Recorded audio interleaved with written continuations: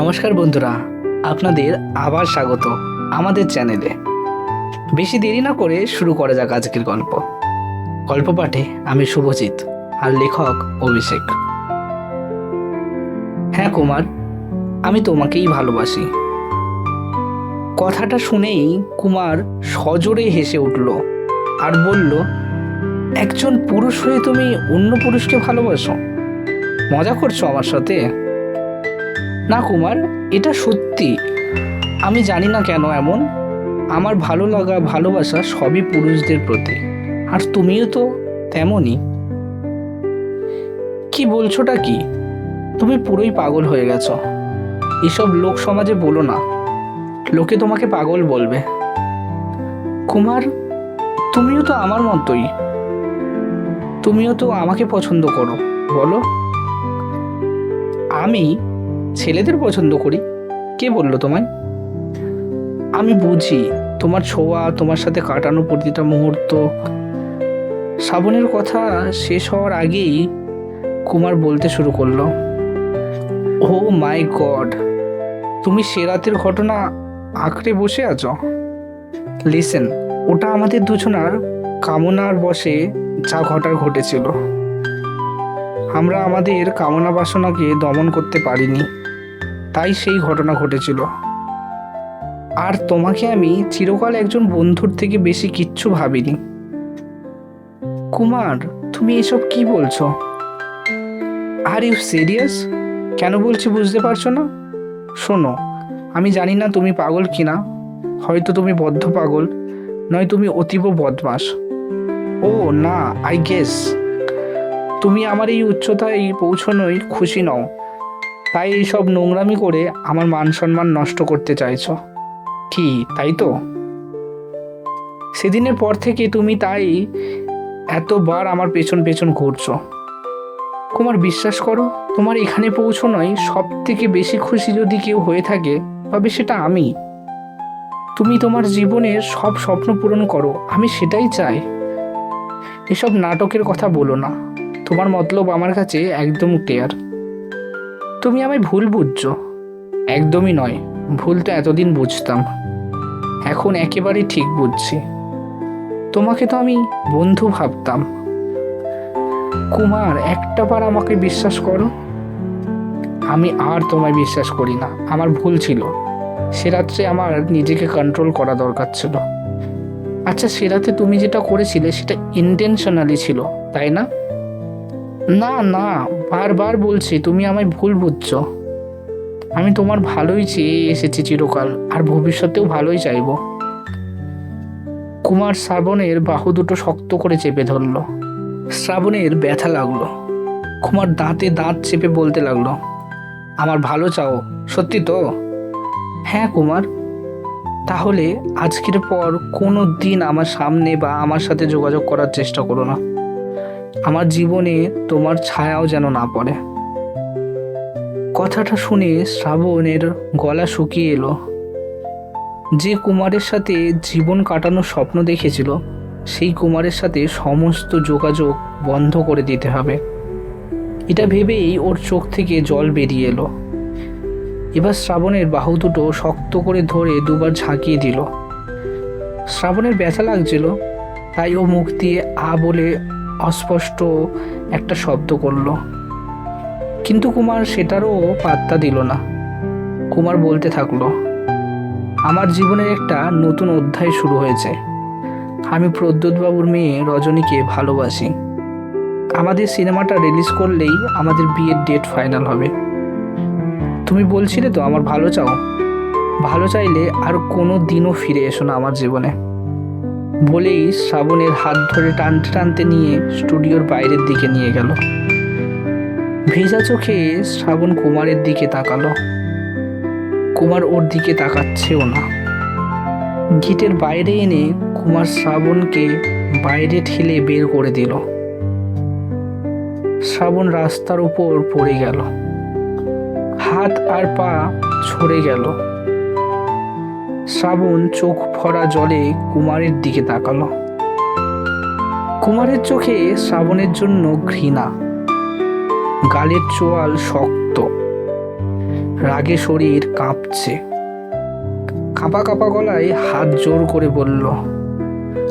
জোর করে বলছি, আমার জীবন থেকে দূরে থেকো, এতে আমাদের দুজনারই ভালো।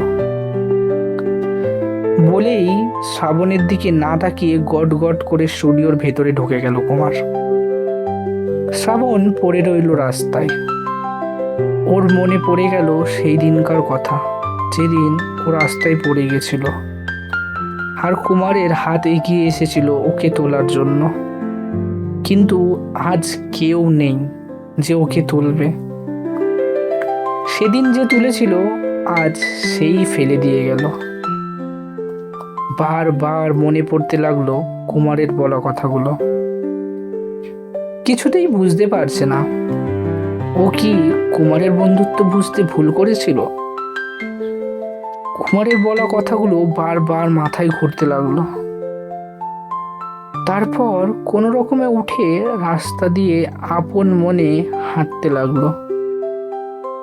হঠাৎ ঝমঝমিয়ে বৃষ্টি এলো, সেই দিনকার মতো যেদিন ওদের প্রথম দেখা হয়েছিল। ভিজতে ভিজতেই হাঁটছিল শ্রাবণ আর মনে মনে বলতে লাগলো, কথা দিলাম কুমার, আর কোনোদিনও আমি তোমার সামনে আসবো না, আর কোনোদিনও তুমি আমায় দেখতে পাবে না তোমার আশেপাশে। শুধু তুমি ভালো থেকো। আমি হয়তো বোকা, তোমার বন্ধুত্বকে ভালোবাসা ভেবে ফেলেছি। তুমি তোমার হবু স্ত্রীর সাথে ভালো থেকো, জীবনে অনেক উন্নতি করো, ভগবান তোমার সব ইচ্ছে পূরণ করুক। কিন্তু আমি তোমাকে চিরকাল ভালোবাসবো। এতদিন যেভাবে ভালোবেসেছি সেইভাবেই ভালোবাসবো। তুমি আমার জীবনের রঙ্গমঞ্চে আমার গল্পের নায়ক হয়ে থাকবে। সব গল্পের শেষে তো আর মিলন হয় না, তেমনি আমার গল্পের শেষটাও না হয় বিচ্ছেদই থাক। বিধাতা যদি এটাই চায় তবে এটাই ঘটুক আমাদের জীবনে। এমন সময় কাছেই জোরে একটা বাজ পড়ল। বাজের শব্দে অতীতের স্মৃতি থেকে ফিরে এলো শ্রাবণবাবু। নিউজ দেখতে দেখতে অতীতের স্মৃতিতে ভেসে গেছিল। আজ আর নিউজ কানে ঢোকেনি। বিছানার দিকে একবার তাকালো আর বলল, কিন্তু বিধাতা তো অন্য কিছু লিখেছিল আমার জীবনে। আমরা যা ভাবি তাই তো আর সব সময় ঘটে না। বিধাতার মর্জির ওপর হাত নেই কারোর। ঘড়ির দিকে তাকালো, রাত 9:45। বিছানার পাশে রাখা টেবিলটার ড্রয়ার খুলে ওষুধের বাক্সটা বের করলো। তারপর একটা ওষুধের প্যাকেট বের করে টেবিলে রাখলো আর বলল, রাত 9টায় ওষুধ আর 9:30টায় ডিনার। শ্রাবণবাবু রান্নাঘরে এসে স্টুয়ের ঢাকনাটা খুলল। মাংসগুলো সেদ্ধ হয়ে গেছে, এবার নামানোর পালা। নামানোর আগে একটু বাটার আর একটু গোলমরিচ দিয়ে দিল। এভাবে শেষে বাটার আর গোলমরিচ দিয়ে স্টু কুমারের খুব পছন্দের। শ্রাবণের জীবনের সবকিছুতেই কেমন ভাবে যেন কুমার বাঁধা। তবে স্টুয়ের ব্যাপারটা ওকে কুমার নিজে বলেনি, ও শুনেছিল। আজ 2 সপ্তাহ হলো কুমারের প্রথম সিনেমা প্রেক্ষাগৃহে রিলিজ করেছে। সবাই নবাগত কুমারের প্রশংসায় পঞ্চমুখ। সেদিন শ্রাবণকে অপমান করে কুমার তাড়িয়ে দিলেও শ্রাবণ তার ভালোবাসাকে ছোট করেনি। ও জানে কুমারকে ভগবান ওর ভাগ্যে রাখেনি। তবুও শ্রাবণ নিজেই নিজের কাছে কথা দিয়েছে কুমারকে আড়াল থেকে সাহায্য করবে। ও কুমারের মুভির টিকিট প্রথম দিনের প্রথম শো এর কাটলো। বড় পর্দায় নিজের প্রিয় নায়ক তথা জীবনের ভালোবাসার মানুষটাকে দেখে চোখে জল এসে গেছিল। এটা খুশির কান্না। জীবনে মানুষ কষ্ট হলেও যেমন কাঁদে, তেমন খুব আনন্দেও কেঁদে ওঠে। কুমারের প্রতিটা সংলাপ ছুঁয়ে যাচ্ছিল শ্রাবণকে, আর বারবার ভেসে উঠছিল কুমারের সাথে কাটানো প্রতি মুহূর্ত। কয়েকটা মাসের ব্যবধানে জীবনটা কতটা পরিবর্তন হয়ে গেছে এসব ভাবছিল সে। আর মাত্র কয়েকদিন, তারপরেও চলে যাবে অনেক দূর। জীবনের নতুন অধ্যায়টা যেভাবে একা একা শুরু করবে তা শ্রাবণ কখনো ভাবেনি। সাউথ ইন্ডিয়ার একটা কোম্পানি বোম্বাইয়ের অফিসে ওর জব হয়ে গেছে। দুদিন পর ওখানেই শিফট করবে শ্রাবণ। ব্যাগ গোছাতে গোছাতে দূরদর্শন চ্যানেলের একটা সাক্ষাৎকার প্রোগ্রামে চোখ গেল শ্রাবণের। আজ ওখানে এসেছে নায়ক কুমার এবং তার ভাবী স্ত্রী, ওর কো অ্যাক্ট্রেস রজনী বসু। মিডিয়ায় এখন হট টপিক হলো ওদের বিয়ে। শ্রাবণ ওই সাক্ষাৎকার দেখতে দেখতে এক্সপেক্ট করছিল কোথাও না কোনো জায়গায় কুমার শ্রাবণের নাম নেবে, কিন্তু না, কুমার একবারের জন্যেও ওর নাম নেয়নি।